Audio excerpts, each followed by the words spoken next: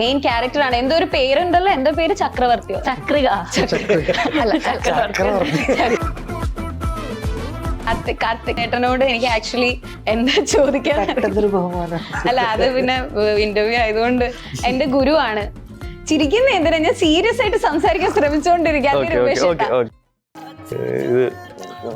ഇങ്ങനെ സംസാരിക്കുമ്പോ എനിക്ക് എന്തോ ഒരു ഇതുപോലെ ചേട്ടാ എന്റെ ഗുഡ് ബൈ ഗോസ്റ്റ് കണ്ടാൽ മതി. റിയലായിട്ട് അതിന്റെ ഒരു സെക്കൻഡ് ഫേസ് ഉണ്ട്. ചീര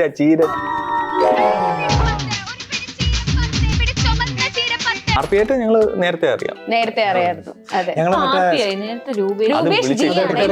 എന്താ വിളിക്കുന്നത് ശരിക്കും, എന്താ വിളിക്കുന്നത് അതിപ്പോ നമ്മളെ അല്ല ഇവ ശരിക്കും വിളിക്കുന്ന പറയാൻ പറ്റില്ല.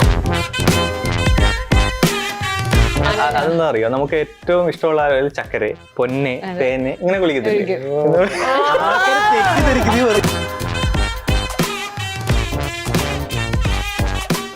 ഞങ്ങൾ ഇങ്ങനെ സംസാരിച്ചുകൊണ്ടിരുന്ന കൂട്ടത്തില് ഫോണിൽ സംസാരിച്ചുകൊണ്ടിരുന്ന സമയത്ത് വാട്സപ്പിൽ മെസ്സേജ് അയക്കും. അപ്പൊ ഞാൻ പുള്ളിയെ ഒന്ന് കളിയാക്കി. അപ്പൊ ഈ കളിയാക്കിയപ്പോ പുള്ളി അങ്ങനെ പറയാ, കൂടുതൽ കളിയാക്കി എന്നെ ബ്ലോക്ക് ചെയ്യുന്നു, അങ്ങനെ എന്തോ ഒരു ഇതായിട്ട് പറഞ്ഞു. അപ്പം തനിക്ക് എന്നെ ബ്ലോക്ക് ചെയ്യാൻ പറ്റുമോ, മനസ്സിൽ നിന്ന് എടുത്തു കളയാൻ പറ്റുമോ എന്നൊക്കെ ആൾക്കാർ കേട്ട തെറ്റി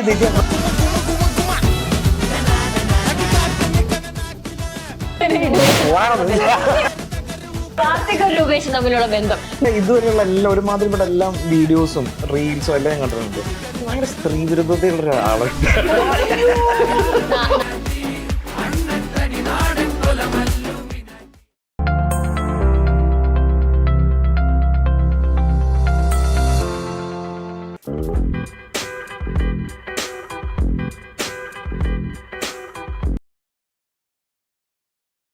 welcome to milestone makers presence അങ്ങനെ പറ. ഞാൻ ബിൽറ്റ.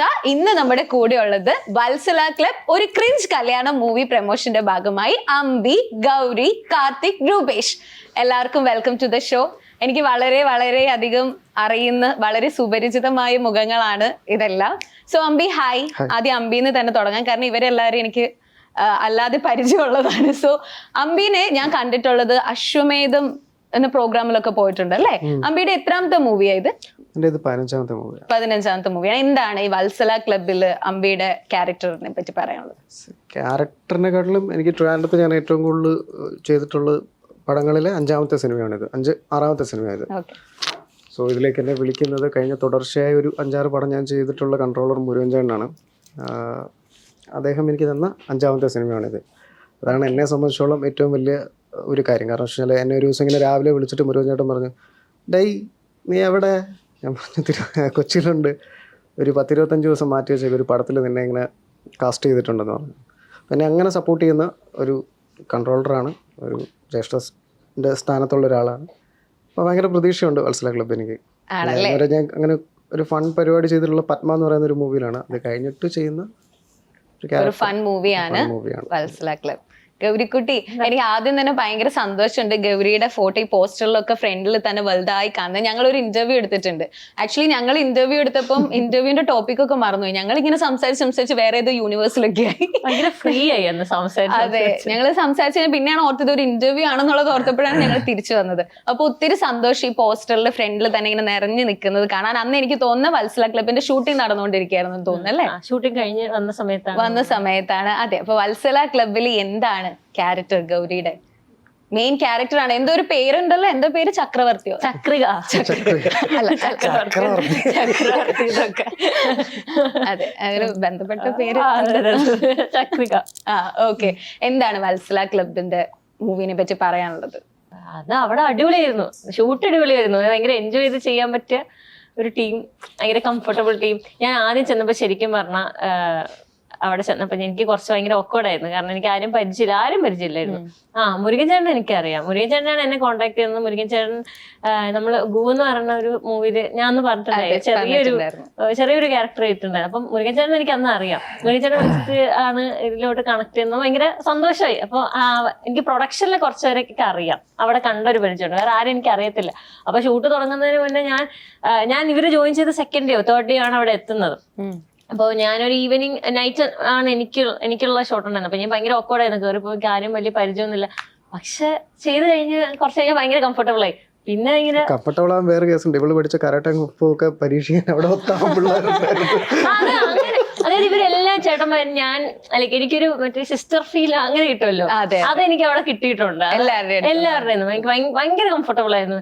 എനിക്ക് അറിയില്ല, കാരണം ഈ ഇത്രയും ദിവസത്തെ ഷൂട്ട് കഴിഞ്ഞ് ഇറങ്ങുമ്പോഴേ നമുക്കൊരു അയ്യോ പോണമല്ലോ അങ്ങനെ ഒരു ഫീൽ അങ്ങനെ അത് തോന്നിയിട്ടുണ്ട്. അങ്ങനെ എപ്പോഴും ചില സ്ഥലത്ത് നിന്നൊക്കെ പോകുമ്പോ കഴിഞ്ഞു അങ്ങനെ തോന്നും. ഇത് അങ്ങനെയല്ല, അയ്യോ കഴിഞ്ഞല്ലോ അങ്ങനെ ഒരു ഫീൽ ഉണ്ടായിരുന്നു. ഇവിടെയുള്ള ആൾക്കാർ ഇവരൊക്കെ അല്ലേ അല്ലേ? അതല്ലേ പറഞ്ഞു നെഞ്ച് കവിൾ നെഞ്ചത്ത് വരണം, നെഞ്ചത്ത് വരണം, ജസ്റ്റ് മിസ് ആണ്. അഖിൽചേട്ടനൊക്കെ ഭയങ്കര കംഫർട്ടബിൾ ആയിരുന്നു. അതെ, അഖിലേട്ടന നിങ്ങൾ എല്ലാവരും ഒരുമിച്ചിരുന്ന് ഇന്റർവ്യൂല് സംസാരിക്കുമ്പോഴേ നമുക്കത് ഫീൽ ചെയ്യാൻ പറ്റും നിങ്ങൾ തമ്മിലുള്ള ആ ഒരു വൈബും ബോണ്ടും. അപ്പൊ നമുക്ക് തന്നെ എക്സ്പെക്ട് ചെയ്യാൻ പറ്റും എന്തായിരിക്കും ആ ഷൂട്ടിന്റെ സെറ്റിലൊക്കെ വെച്ച് നടന്നത്. ആക്ച്വലി ഈ ഒരു വത്സല ക്ലബ് മൂവിയുടെ പ്രമോ ആണോ BTS ആയിരുന്നു ഉദ്ദേശിച്ചത്, പക്ഷെ അത് ഭയങ്കര ക്ലിക്ക് ആയിരുന്നു അല്ലെ? അത് ആരുടെ ഐഡിയ ആയിരുന്നു? കാർത്തിക് എല്ലാവരുടെയും കൂടി ഐഡിയ. അത് നമ്മൾ പറഞ്ഞു വെച്ച് എടുത്തതാണോ അതോ റാൻഡംലി ഗൗരിയൊക്കെ ഉറങ്ങുന്നത് അറിയാതെ എടുത്തതാണോ? പക്ഷെ കാർത്തിക് ഉറങ്ങുന്ന അറിയാതെ എടുത്ത വീഡിയോ എന്റെ ഉണ്ടായിരുന്നു. അത് എന്നോട് ആരെങ്കിലും അത് ചോദിച്ചിട്ടുണ്ടെങ്കിൽ പബ്ലിഷ് ചെയ്യണ്ടേ? ഞാൻ ചോദിച്ചിരിക്കുന്നു. അത് ഈ പടത്തിന് റിലീസിന് ശേഷം ഗൗരി പുറത്തോട്ട് ഉറപ്പായിട്ടും ഇടുന്നതായിരുന്നു. എന്നാലും കുഴപ്പമില്ല. ഇവരെ മസാജ് ചെയ്യുന്ന എണ്ണയിൽ ചവിട്ടി അത് കൊടുത്തു വെച്ചിട്ടുണ്ട്. അത് ഇട്ടോ ധൈര്യമായിട്ടോ. ഓക്കെ, കാർത്തിക് ചേട്ടനോട് എനിക്ക് ആക്ച്വലി എന്താ ചോദിക്കാൻ, എന്തൊരു ബഹുമാനം. അല്ല അത് പിന്നെ ഇന്റർവ്യൂ ആയതുകൊണ്ട് എന്റെ ഗുരുവാണ്. എന്ന് വെച്ചാൽ ഞാൻ ആദ്യമായി ഒരു അഭിനയം എനിക്ക് പറ്റും എന്നുള്ളത് മനസ്സിലാക്കി തരുന്ന ഒരാള് കാർത്തിക് ചേട്ടൻ വഴിയാണ്. ചിരിക്കുന്ന എന്തിനാ, ഞാൻ സീരിയസ് ആയിട്ട് സംസാരിക്കാൻ ശ്രമിച്ചുകൊണ്ടിരിക്കുക. അപ്പൊ ഞങ്ങൾ ആക്ച്വലി പരിചയപ്പെടുമ്പോ തൊട്ട് നമ്മളുടെ ടോപ്പിക്കിൽ വരുന്ന ഒരു മൂവിയാണ് വത്സല ക്ലബ്. വളരെ പ്രതീക്ഷയോടുകൂടി പറയുന്ന ഒരു മൂവിയാണ് വത്സല ക്ലബ്. അപ്പൊ വത്സല ക്ലബിനെ പറ്റി എനിക്ക് ഇത് ഇദ്ദേഹം ഇങ്ങനെ സംസാരിക്കുമ്പോ എനിക്ക് എന്തോ ഒരു ഇതുപോലെ എന്നെ നോക്കി റിയൽ ആയിട്ട് സംസാരിക്കുന്നൊക്കെ ഇങ്ങനൊന്നും അല്ല. ഇങ്ങനല്ലേ ചേട്ടാ എന്റെ ഗുഡ് ബൈ ഗോസ്റ്റ് കണ്ടാൽ മതി. റിയൽ ആയിട്ട് അതിന്റെ ഒരു സെക്കൻഡ് ഫേസ് ഉണ്ട്, ചീര ചീര. അത് കണ്ടിട്ടുണ്ടോ? ഗുഡ് ബൈ ഗോസ്റ്റ് കണ്ടിട്ടുണ്ടോ? അതില് ഞാനുണ്ട്, മനസ്സിലായോ? ഇഷ്ടപ്പെട്ടില്ല. ഇതുകൊണ്ടാ ഇഷ്ടപ്പെടാത്ത, അതുകൊണ്ടാ ഇഷ്ടപ്പെടാത്ത. മറ്റേ ആക്ച്വലി ലാസ്റ്റത്തെ എനിക്ക് വേറൊരു ട്രാൻസ്ഫോർമേഷൻ ചീര അതുകൊണ്ടാണ്. എനിക്ക് ഒരുപാട് കഷ്ടപ്പെട്ടിട്ടാണ് ആ ഒരു മേക്ക് ഓവറിലേക്ക് വന്നത്. അല്ലേ? ഒരു കഷ്ടപ്പാടില്ലായിരുന്നു. സാധാരണ വന്ന് ഒന്ന് മുടിയൊക്കെ ചീവി അങ്ങനെയൊക്കെയാണ് മറ്റേ ചെയ്തിട്ട്. ഇതൊന്നും വേണം, നേരെ വന്ന് ചെയ്യാൻ അതുപോലെ ചെയ്തു. ആക്ച്വലി ഞാൻ മേക്കപ്പ് അങ്ങനെ ഒത്തിരി ഇട്ടിട്ടില്ലായിരുന്നു, പക്ഷെ ഇവർക്ക് അത് വൃത്തിയേട് ആവുന്നില്ല. കുറച്ചുകൂടി വൃത്തിയേട് കുറെ ശ്രമിച്ചു, പക്ഷെ എന്നിട്ടും പറ്റിയില്ല. അതുകൊണ്ട് മേക്കപ്പ് ഇടണ്ടെന്ന് പറഞ്ഞു. എന്നാലും അത് നല്ലല്ലായിരുന്നോ? അല്ലേ? അപ്പൊ ചീരല്ല വത്സല ക്ലബ്ബ് ഞാൻ ഇതുവരെ ചെയ്തതിൽ എനിക്ക് ഒരുപാട് സ്ക്രീൻ സ്പേസ് ഉള്ളതും എനിക്ക് ഒരുപാട് പ്രതീക്ഷയുള്ളതുമായ ഒരു സിനിമയാണ്.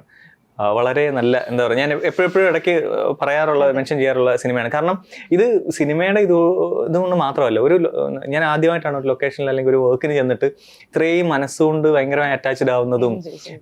എന്തോ പറയുന്നത്, ഒരു തരത്തിലുള്ള ഒരു ബുദ്ധിമുട്ടുകളും എങ്ങും നമുക്ക് ഫീൽ ചെയ്യാതെ അത്രയും എല്ലാവരുമായിട്ടും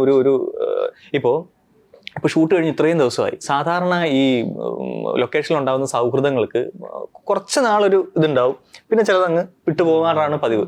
പക്ഷെ ഇന്നും ഞങ്ങളെല്ലാവരും ആഴ്ചയിൽ ഒരു തവണയെങ്കിലും സംസാരിക്കുകയും അങ്ങനെ അത്രയും നല്ല ക്ലോസ് ആയിട്ട്. ഇപ്പൊ അഖിലണ്ണനായാലും കൊച്ചിയിൽ വരുമ്പോൾ പറയും, ഇപ്പൊ എന്റെ ബർത്ത്ഡേക്കൊക്കെ തന്നെ കണ്ടിട്ടില്ല. അങ്ങനെ ഞങ്ങൾ എല്ലാവരും ഭയങ്കര ലൈവായിട്ട് അത്രയും സൗഹൃദത്തോടെ നിൽക്കുന്നത്. അപ്പൊ അത് വത്സല ക്ലബിന്റെ ഒരു മാജിക് എന്നേ പറയത്തുള്ളൂ. കാരണം പറഞ്ഞ സമയത്തിനുള്ളിൽ ആ ഷൂട്ട് തീർത്തു കറക്റ്റ്. എന്നിട്ട് എല്ലാ കാര്യങ്ങളും നമ്മുടെ ഫുഡ് അക്കോമഡേഷൻ മറ്റു കാര്യങ്ങളെല്ലാം ഞാൻ അത് എല്ലാം വളരെ നീറ്റായിട്ട്, നമുക്ക് ഒന്നിനും ഒരു കുറവ്.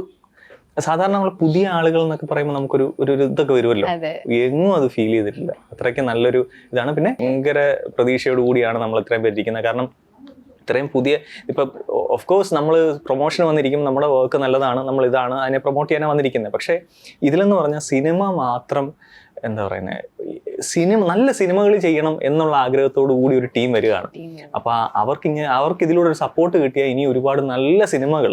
കാരണം അവർ സിനിമയല്ലാതെ ഇതിന്റെ ബാക്ക്ഗ്രൗണ്ടിലുള്ള ആർക്കും സിനിമ എന്നുള്ള അല്ലാതെ വേറെ ചിന്തകളൊന്നുമില്ല. ഡയറക്ഷൻ ടീമായാലും പ്രൊഡക്ഷൻ ടീമായാലും എല്ലാവർക്കും ഒരു നല്ല സിനിമ ചെയ്യണം, അതിനൊരു ഡിസിപ്ലിൻ ഉണ്ടാവണം, അത് മാത്രമേ ഉള്ളൂ. അല്ലാതെ വേറെ ഒരു തരത്തിലും നമുക്കൊരു ബുദ്ധിമുട്ടുള്ള ഒരു ഇതല്ല. അപ്പം അതുകൊണ്ട് അവർക്കൊരു നല്ല, ഞാൻ ഉൾപ്പെടുന്ന ഞങ്ങളുടെ ഈ ടീമിന് ഒരു നല്ലൊരു പുഷ് കിട്ടിക്കഴിഞ്ഞാൽ ഇനിയും നല്ല നല്ല കാര്യങ്ങൾ നമുക്ക് ചെയ്യാൻ പറ്റും. കാരണം പുതിയ ആളുകളെയൊക്കെ വെച്ച് ഒരുപാട് പേര് ചെയ്യാൻ തയ്യാറാവും. അതെ, ഇപ്പൊ അതുപോലെ തന്നെ അല്ലേ രൂപേഷ്, എനിക്ക് തോന്നുന്നത് നിങ്ങളുടെ ഒരു ടീം വർക്ക് തന്നെ ആയിരിക്കും. മേ ബി നിങ്ങൾ എല്ലാവരും ആ സമയത്തായിരിക്കും കാണുന്നത്, പരിചയപ്പെടുന്നത്, പക്ഷെ ആ ഒരു ബോണ്ട് എനിക്ക് ഫീൽ ചെയ്യാൻ പറ്റുന്നുണ്ട്. ഇപ്പൊ രൂപേഷ് ആർപിയായിട്ട് ഞങ്ങള് നേരത്തെ അറിയായിരുന്നു. അതെ, നേരത്തെ രൂപേഷ് ജി ആണ്. എന്താ വിളിക്കുന്നത് ശരിക്കും, എന്താ വിളിക്കുന്നത് നമ്മളെ അല്ല ഇവ ശരിക്കും വിളിക്കുന്നത് പറയാൻ പറ്റില്ല. അത് ഓരോ ഇന്റർവ്യൂവിലും വ്യത്യസ്തത വേണമെന്ന് വിചാരിച്ചിട്ട് മാറ്റി. അതെന്താ അറിയോ, നമുക്ക് ഏറ്റവും ഇഷ്ടമുള്ള ചക്കരെ, പൊന്നെ, തേനെ ഇങ്ങനെ വിളിക്കത്തില്ലേ? അതെന്താ അറിയാം, ഞങ്ങൾ ഇങ്ങനെ സംസാരിച്ചുകൊണ്ടിരുന്ന കൂട്ടത്തില് ഫോണിൽ സംസാരിച്ചുകൊണ്ടിരുന്ന സമയത്ത് വാട്സപ്പിൽ മെസ്സേജ് അയക്കും. അപ്പൊ ഞാൻ പുള്ളിയെ ഒന്ന് കളിയാക്കി. അപ്പൊ ഈ കളിയാക്കിയപ്പോ പുള്ളി അങ്ങനെ പറയാ കൂടുതൽ കളിയാക്കിയുണ്ടല്ലോ എന്ന് പറഞ്ഞിട്ട് ഞങ്ങൾ ഒന്ന് ഇതായി. അപ്പൊ ഞാനിങ്ങനെ പുള്ളിക്ക് അങ്ങോട്ട് മെസ്സേജ് അയച്ച് തനിക്ക് എന്നെ അപ്പൊ കൂടുതൽ കളിയാക്കി എന്നെ ബ്ലോക്ക് ചെയ്യുന്നു അങ്ങനെ എന്തോ ഒരു ഇതായിട്ട് പറഞ്ഞു. അപ്പം തനിക്ക് എന്നെ ബ്ലോക്ക് ചെയ്യാൻ പറ്റുമോ, മനസ്സിൽ നിന്ന് എടുത്തു കളയാൻ പറ്റുമോ എന്നൊക്കെ ചുമ്മാ ഞാൻ വോയിസ് അങ്ങോട്ട് അയച്ചു. ആൾക്കാർ കേട്ട തെറ്റ് മനസ്സിലായ ഈ ക്ലിപ്പ് മാത്രം നാളെ ഈ ക്ലിപ്പ് മാത്രം ഞങ്ങൾ നിങ്ങൾ രണ്ടുപേരും കാർത്തിക് രൂപേഷും തമ്മിലുള്ള ബന്ധം ഇതൊരു ആവേശം, രൂപേഷിന് ടെൻഷനായി. പറഞ്ഞോ ബാക്കി. ഒരു ടെൻഷനും വേണ്ട, ഒരു ടെൻഷനും വേണ്ട. രൂപേഷ് വളരെ ആയിട്ടൊക്കെ ഇരുന്നതായിരുന്നു. എന്താ ചോദിച്ചത്?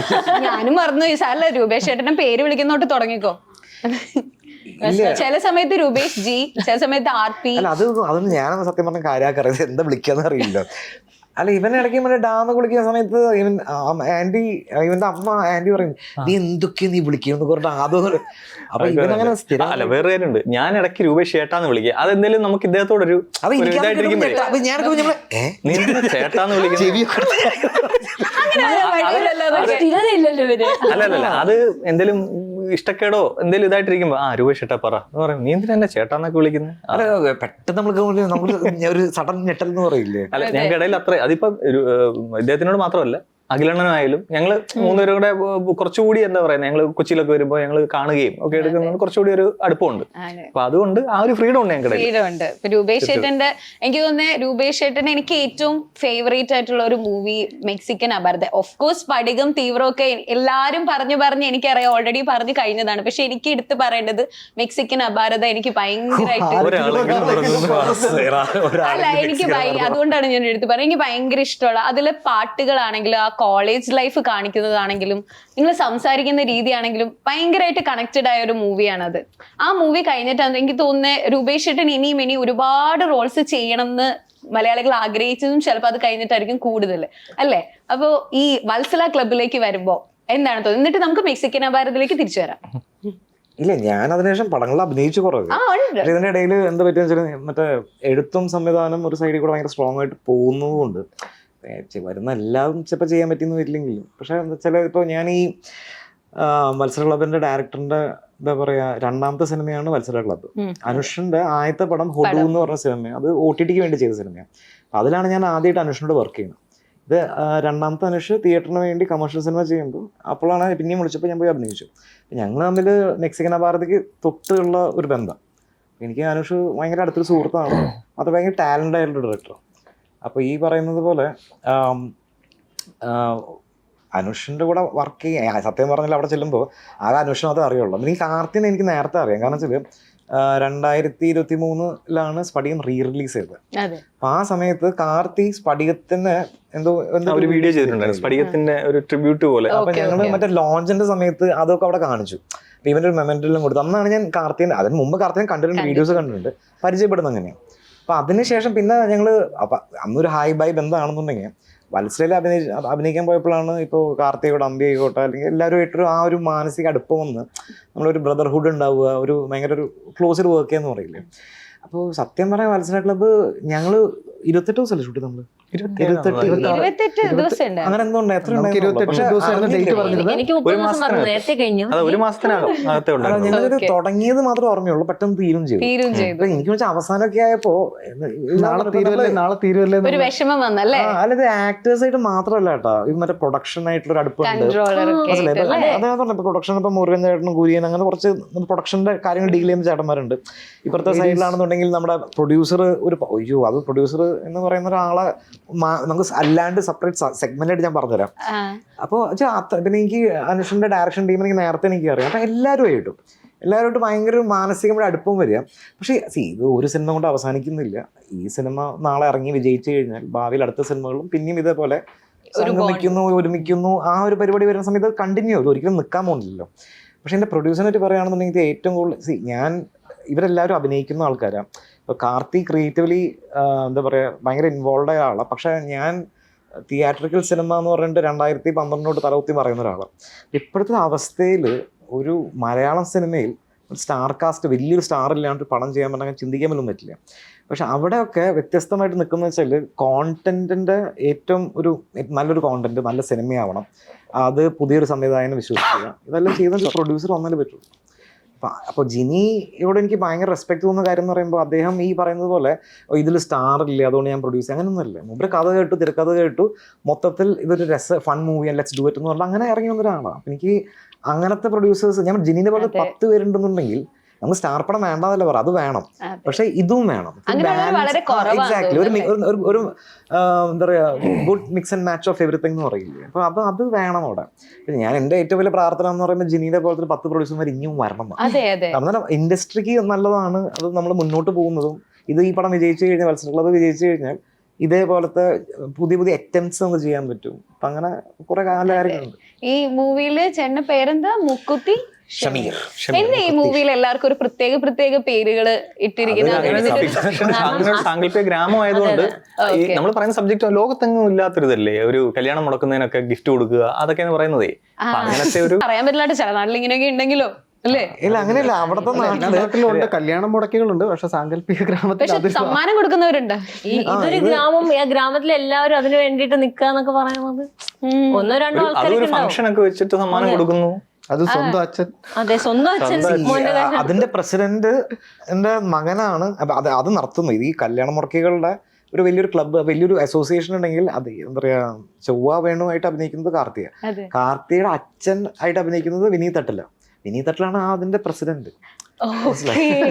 സ്വന്തം മകന്റെ കല്യാണം വരെ നടത്തിക്കില്ല എന്ന് നടക്കുകയാണെങ്കിൽ ഒരു വല്ലാത്ത തരം ഒരു എനിക്കത് പറയാൻ പറ്റില്ല. കാരണം ഇങ്ങനെ കുറച്ച് ക്ലൂസ് കൊടുത്താലാണല്ലോ നമ്മള് പ്രേക്ഷകർക്ക് ഇത് എന്തുകൊണ്ടായിരിക്കും ഇങ്ങനെയെന്ന് കാണാനുള്ള ഒരു ഇത് വരിക.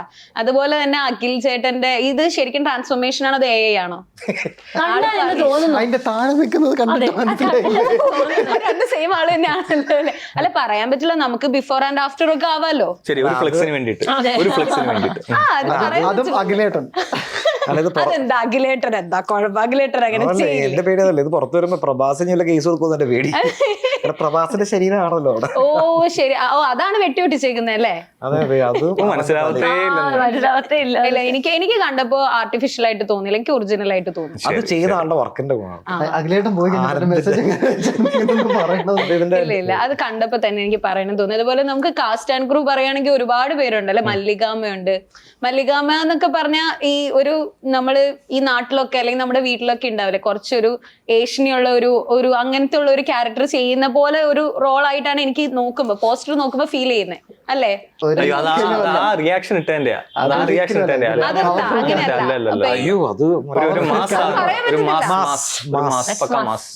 ശരി, നിങ്ങൾക്ക്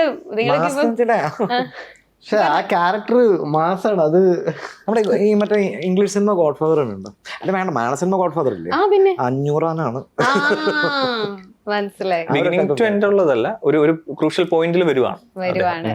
ഓക്കെ, നൈസ്. അപ്പൊ മല്ലികാമേനയിലും ഒരു ട്രാൻസ്ഫോർമേഷൻ നമുക്ക് കാണാൻ പറ്റും അല്ലെ? എന്തായിരിക്കും? ഇതിൽ കുറെ ക്യാമിയോസ് ഉണ്ട്. പക്ഷെ ക്യാമിയോസ് നമ്പി പറഞ്ഞ പോലെ ക്യാമിയോസിനോട് എല്ലാം ക്യാരക്ടേഴ്സാണ്.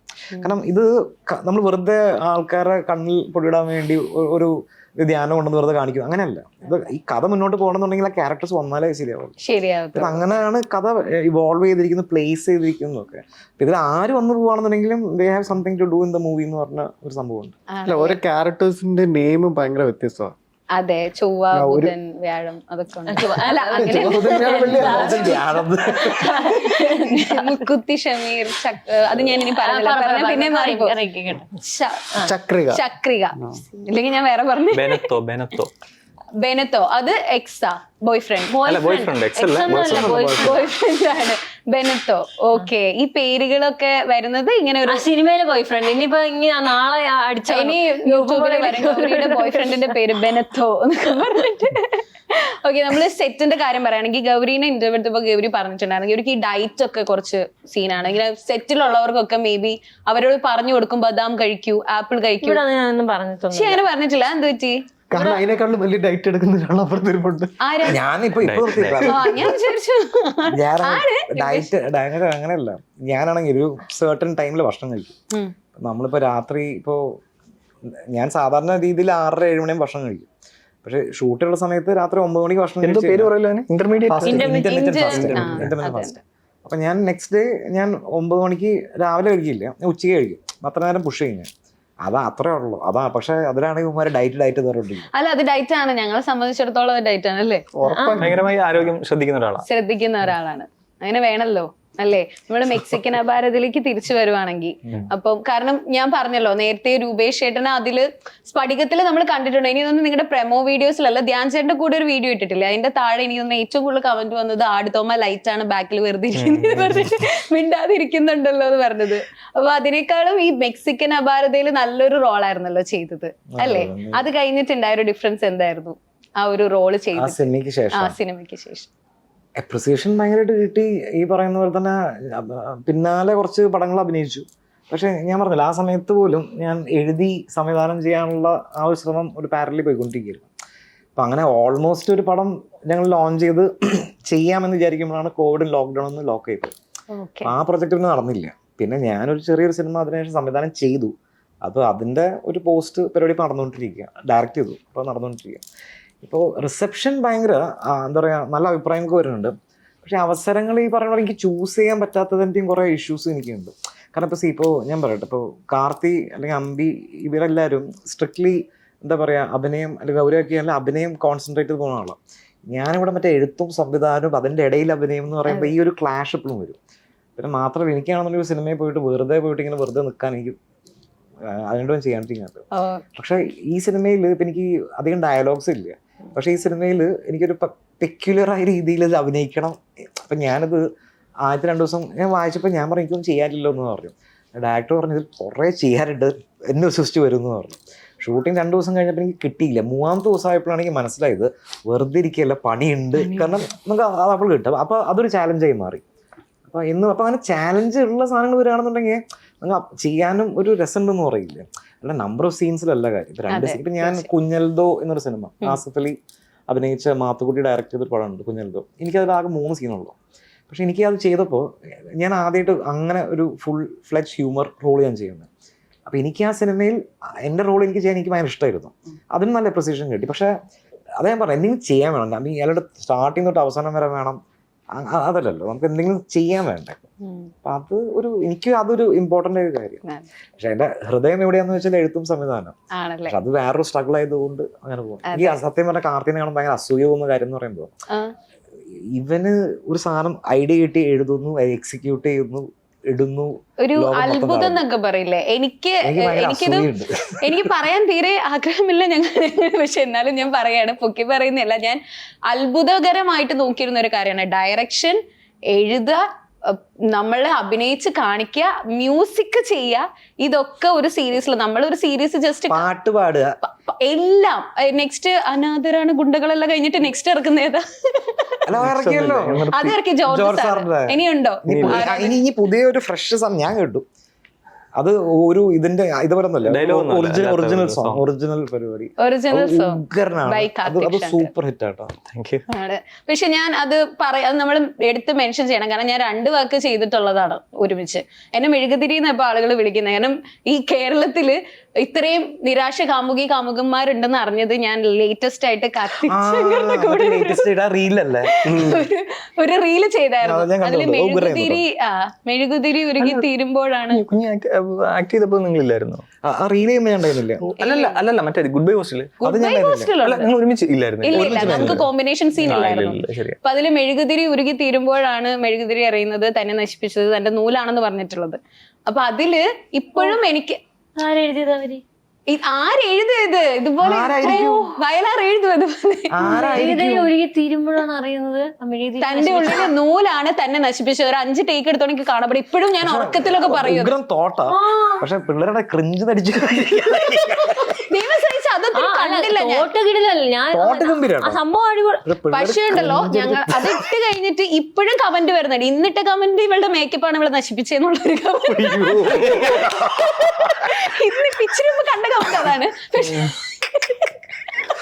സത്യമായിട്ടൊരു ചേട്ടൻ അതിട്ടിട്ടുണ്ട്. അല്ല, അത് ചിലവന്മാരെ ഒരു മയമില്ലാണ്ട് നല്ല ചിരിച്ചു പോകും നമ്മള്. ഇവളുടെ മേക്കപ്പാണ് ഇവിടെ നശിപ്പിച്ചത്. അതാണ് ഇന്ന് കണ്ട അത് ആ കമന്റ്. കോൺഫിഡൻസോടുകൂടി പറയുന്നതിലാണ്. ഓ എനിക്കറിയാതെ അത് അങ്ങനെയല്ല എന്നാലും പറയാൻ കാണിക്കുന്നത്. അതെ, അതുപോലെ കുറെ ഉണ്ട്. ഡിബേറ്റ് നടന്നുകൊണ്ടിരിക്കുന്നുണ്ട് ഞങ്ങളുടെ റീലിന്റെ താഴെ. നിങ്ങൾ ഒരു കല്യാണം കഴിച്ചതല്ലേ, എന്നിട്ട് നിങ്ങൾ ഇത് പറയുന്നതിനോട് താല്പര്യം. അപ്പൊ മറ്റൊരു ചേച്ചി പറയുന്നുണ്ട് കല്യാണം കഴിച്ചാൽ സ്നേഹമല്ലേ മോളെ. പിന്നെ അവര് തമ്മിൽ ഇനിയിപ്പോ എന്താണെന്ന് അറിയില്ല. പക്ഷെ നടക്കുന്നില്ല.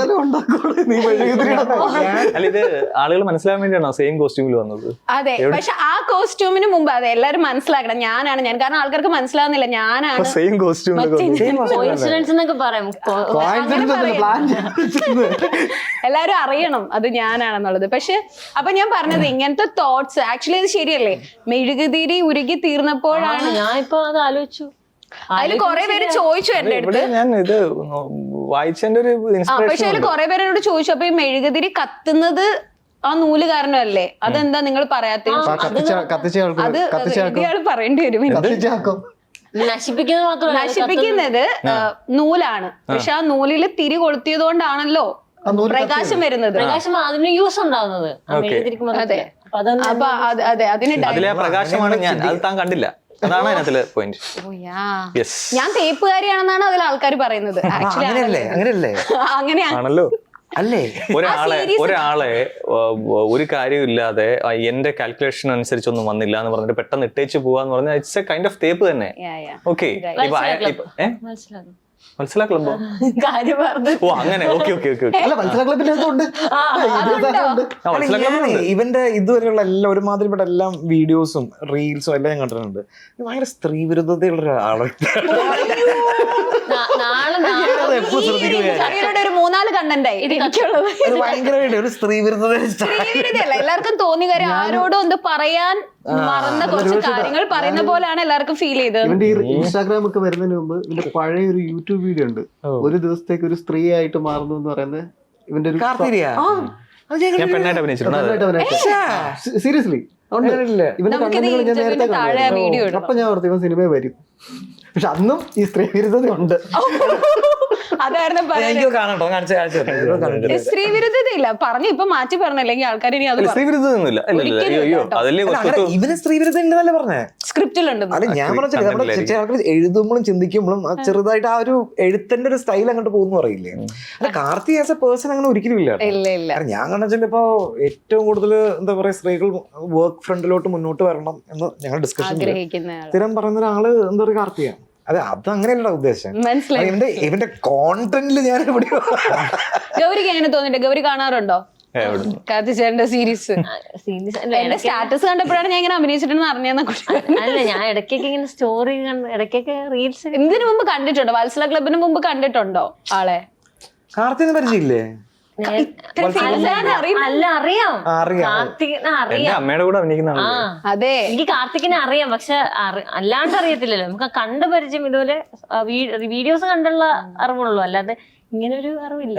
വത്സല ക്ലബ്ബ് തിയേറ്ററിൽ പോയി തന്നെ കാണണമെന്ന് നിങ്ങൾ പറയുന്നത്. അപ്പൊ ഇത് എന്തുകൊണ്ടാണ്? കാരണം OTT-യിൽ ഇറങ്ങുന്നത് ഫസ്റ്റ്, അതിനുശേഷമാണ് OTT വരുന്നത്. അല്ല, എന്താ കാര്യം പറയാം, വേറെ ഒന്നുമല്ല. ഒന്നാമത്തെ കാര്യം പറയുകയാണെന്നുണ്ടെങ്കിൽ ഇപ്പൊ ഇതൊരു ഭയങ്കര തിയേറ്റർ എക്സ്പീരിയൻസ് ആണെന്നൊന്നും ഞങ്ങൾ അവകാശപ്പെടുന്നുണ്ട്. പക്ഷെ നമ്മളെല്ലാവരും ഇപ്പൊ കുഞ്ഞിരാമായണം തിയേറ്ററിൽ പോയി കണ്ടിട്ടുണ്ടോ? ഞാൻ അങ്ങനത്തെ കുറെ സിനിമകളുണ്ട്. ഇപ്പൊ ഞാൻ അങ്ങനത്തെ സിനിമകൾ തിയേറ്ററിൽ പോയി കാണുന്ന ആളാണ്. ഇപ്പൊ ബേസിലിന്റെ സിനിമകളായിക്കോട്ടെ, അല്ലെങ്കിൽ നമ്മളിപ്പോ അങ്ങനെ എന്താ പറയാ ഒരു കമ്മ്യൂണിറ്റി ഇരുന്ന് നമ്മൾ പൊട്ടിച്ചിരിക്കുക എന്നൊക്കെ പറഞ്ഞ സംഭവിക്കില്ലേ. അങ്ങനെ ഒരു കമ്മ്യൂണിറ്റി വ്യൂവിങ്ങിന് പറ്റിയൊരു സിനിമയാണ്. ഒരു family if they decide to go for a movie during the weekend, അപ്പൊ ആ സമയത്ത് അവർക്ക് ഒരു പടം കണ്ട് റിലാക്സ് ചെയ്ത് പൊട്ടിച്ചിരിച്ച് ഇങ്ങോട്ട് പോരാൻ പറ്റുന്ന ഒരു ഫാമിലി എക്സാക്ട്ലി. അപ്പൊ അതുകൊണ്ട് ആ ഒരു കമ്മ്യൂണിറ്റി എക്സ്പീരിയൻസ് ചെയ്യാൻ വേണ്ടിയിട്ട് തിയേറ്ററിൽ പോകണം എന്ന് പറയാം. കാർത്തി പറഞ്ഞാൽ തിയേറ്ററാണ് ആദ്യം വരുന്നത്. അല്ല അങ്ങനെയല്ല ഞാൻ ഉദ്ദേശിച്ചത്, ചിലര് പറയല്ലോ OTT വരുമ്പോ കാണാലോ, ചില മൂവീസ് വരുമ്പോ അങ്ങനെ പറയല്ലോ. അല്ല ഇതെന്ന് പറയുന്നത് ഒരു കൂട്ടത്തിലിരുന്ന് കണ്ട് എൻജോയ് ചെയ്യാൻ പറ്റുന്ന അതെ ഒരു അതെ, അതുകൊണ്ടാണ് ഞാനത് സ്പെസിഫിക്കലി ചോദിച്ചത്. അങ്ങനത്തെ മൂവീസ് ഉണ്ടല്ലോ ഇപ്പൊ ലോക പോലത്തെ സിനിമ തിയേറ്ററിൽ പോയില്ലെങ്കിൽ ഭയങ്കര മിസ്സാവും. സിനിമാറ്റിക് എക്സ്പീരിയൻസ് ആണ്. ഇത് സിനിമാറ്റിക് എക്സ്പീരിയൻസ് ഞാൻ അങ്ങനെ പറയില്ല, പക്ഷെ അതൊരു കമ്മ്യൂണിറ്റി ഒരുമിച്ച് പോയിരുന്ന് കണ്ട് ഫ്രണ്ട്സ് ആയിട്ടോ ഫാമിലി ആയിട്ടോ ഒരുമിച്ച് പോയിരുന്ന എൻജോയ് ചെയ്തിട്ട് തിരിച്ചു വരാൻ പാകത്തിനുള്ള. നമ്മൾ അങ്ങനത്തെ സിനിമ കാണുമ്പോൾ ഒരാൾ അവിടെ നിന്ന് ചിരിച്ചപ്പോൾ പൊട്ടിച്ചിരിയായിരിക്കും. അങ്ങനത്തെ ഒരു എക്സ്പീരിയൻസ്. പിന്നെ ഈ കുഞ്ഞിരാമായണം എന്ന് പറഞ്ഞോണ്ട് എനിക്ക് ഇവിടുത്തെ ഈ സ്റ്റോറീസ് ഒക്കെ പറഞ്ഞപ്പോ അതുപോലത്തെ ഒരു മൂവി ആണെന്ന് എനിക്ക് ഫീൽ ചെയ്തു. ലൈക്ക് അതും ഒരു ഗ്രാമത്തിന്റെ കാര്യമാണല്ലോ പറയുന്നത്. യെസ് യെസ്, അതുപോലെ ആണ്. ഗൗരിയുടെ മൂഡ് പോയി. ഗൗരി തിരിച്ചു വരും, മടങ്ങി വരും, എന്നിട്ട് പറയൂ, ആൾക്കാർ പറയൂ എല്ലാവരോടും തിയേറ്ററിൽ തന്നെ പോയി. തിയേറ്ററിൽ തന്നെ പോയി കാണണം അല്ലേ? ഗൗരിയുടെ ഫൈറ്റ് ഒക്കെ ഉണ്ട്. ഗൗരി ആണോ? ശരിക്കും നിങ്ങൾക്ക് അടി കിട്ടിയോ? ഇല്ല, എനിക്ക് ഞാൻ ഗൗരിയുടെ ഒരു ഇത് കാല് വന്ന് കണ്ടു കഴിഞ്ഞപ്പോഴേ എനിക്ക് അറിയാമായിരുന്നു. ഓടി. അമ്പിയുടെ സോറി ഞാൻ അങ്ങനല്ല, അമ്പിക്ക് അത്യാവശ്യം കളരിയും പരിപാടി നന്നായിട്ട് അറിയാം. അപ്പൊ അവന് ഒരാളിങ്ങനെ കാലെടുത്ത് ബാക്കോട്ട് വെച്ചപ്പോ തന്നെ മനസ്സിലായി പണി പാടി. അല്ലല്ല, അത് നിൽക്കുന്നത് ഒരു സീക്വൻസാ. അപ്പൊ ഇടയില്ല, കാരണം ഒരു ഡോർ പൊട്ടിച്ചു വരണം, ഫൈറ്റ് മാസ്റ്റർ ഇല്ല.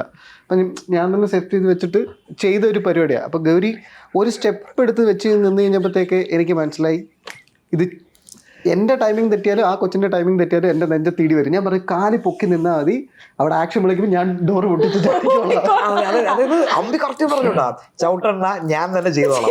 അപ്പൊ ആ സിനിമയിൽ കാണുമ്പോൾ നമ്മൾ വിചാരിക്കും ശരിക്കും ആരും ചവിട്ടിയിട്ട് അതിന്റെ എഫക്റ്റിൽ അമ്പി ഇങ്ങനെ തെറിച്ചു വരാം. അമ്പി നല്ലൊരു നടനാണ്, നമ്മളവിടെ ചർച്ചയ്ക്ക് വേറെ ഇതൊന്നും ഇല്ല. പക്ഷെ എന്നാലും ആ കോറിയോഗ്രഫി ഉണ്ടല്ലോ, ഇങ്ങനെ ചവിട്ട് കിട്ടി ബാക്കോട്ട് പോകുന്നത്, അത് അമ്പി ഒരു ചവിട്ട് കിട്ടാണ്ട് ചെയ്തത്. ആദ്യം ഞാൻ ചെയ്ത ഫസ്റ്റ് സീൻ അതാ, ചവിട്ടിയാണ് ആദ്യം വന്നു, ഞങ്ങൾ കൈ എടുത്ത ഞാൻ കഴിയട്ടെ, അതൊക്കെ കഴിപ്പോട്ടെ. ഇവൻ തെറിക്കുന്നു വീഴുന്നൊക്കെ എടുത്തു. വേറെ ഷോട്ടില് മറ്റേ പൊസിഷൻ കൊടുത്തിട്ട് നിൽക്കുന്ന ഗൗരീനെ നമ്മൾ കണ്ടു. ആ ഒരു കാലം ഇവിടെ ഒരു കാലിൽ എയറിലും. അപ്പൊ തന്നെ ഞാൻ പറഞ്ഞു മക്കളെ സൂക്ഷിച്ചോ. അതെ, ഒരു കാലം ഒരു കാലം ഇവിടെ. അപ്പൊ അത് കണ്ടപ്പോ ഞാൻ പറഞ്ഞു മക്കളെ സൂക്ഷിച്ചോ, എല്ലാരും ഇടി കിട്ടും, മര്യാദയ്ക്ക് വന്നു. പക്ഷെ സത്യം പറഞ്ഞ എനിക്ക് അഖില എണ്ണ കൊടുത്ത അടിയിലൊരു ഇപ്പൊ വിഷമമുണ്ട്. അത് ആർക്കും സംഭവിക്കാവുന്ന ഒരു കാര്യം. അല്ല, കയ്യില് കറി ഉണ്ടായി. ക്യാരക്ടർ അങ്ങനെയാ, ക്യാരക്ടർ കഴിച്ചോണ്ടിരിക്കുമ്പോഴാണ് അടിക്കുന്നത്. കയ്യില് കറി ഉണ്ട്, അത് ഇട്ടിട്ട് ഇവിടെ അടിയിട്ടെന്ന് പറഞ്ഞല്ലോ. പക്ഷെ ഒറ്റ ടേക്കിൽ തീർത്തില്ല.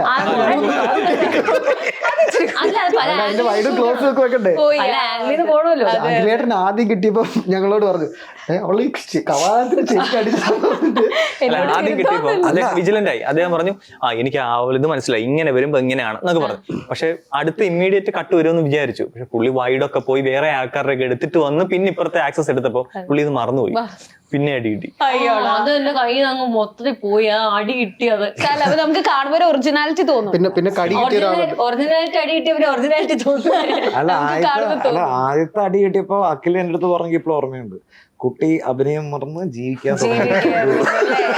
അഖിലേട്ടൻ ഇത് കാണണം. അതെ, അഖിലേട്ടന് ഒരു കടി, ഇടി, വിശാഖിനൊരു കടി, ഇവനൊരു ചവിട്ട്, അങ്ങനെ എല്ലാവർക്കും കൊടുത്തിട്ടുണ്ട്. സന്തോഷമായി. ഇതില് ചൊവ്വ വേണു ഷമീറും രക്ഷപ്പെട്ടു, സേഫ് ആണ്. നമുക്ക് നെക്സ്റ്റ് സിനിമ പിടിക്കാം. അല്ലല്ല, ചൊവ്വ വേണു ലാസ്റ്റ് അത് ഇദ്ദേഹം കിട്ടുന്നില്ല, കിട്ടുന്നുണ്ട്, ഇവരുടെ ഫാമിലിയിൽ തന്നെ കിട്ടുന്നു. അടി കിട്ടാതെ പറഞ്ഞ പോലെ മുകുന്ദശേഖരന്റെ ഒരു ക്യാരക്ടർ കുറച്ച് ഏരിയകളിൽ മാത്രമേ സംസാരിക്കുന്നുള്ളൂ. അതിനും ഒരു സീക്വൻസ് ഉണ്ട്. എന്തായാലും വലിയൊരു ഹിറ്റ് തന്നെ ആവട്ടെ. നിങ്ങളുടെ എല്ലാവരുടെയും ആ ഒരു സന്തോഷവും സ്നേഹം അതുപോലെ തന്നെ തുടർന്ന് വരട്ടെ. വലിയൊരു ഹിറ്റ് തന്നെ ആവട്ടെ. ഓക്കെ, അപ്പൊ thank you so much. Thank you very much.